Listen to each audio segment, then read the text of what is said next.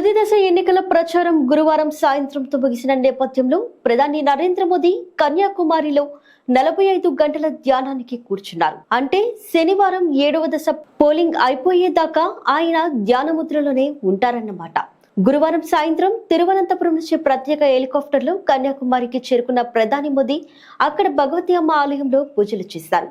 తెల్లటి దోవతి శాలువాను ధరించి అమ్మవారి ఆలయం చుట్టూ ప్రదక్షిణలు చేశారు. అనంతరం అక్కడి నుంచి ఫెర్రీలో కన్యాకుమారిలోని రాక్ మెమోరియల్ వద్దకు చేరుకున్నారు.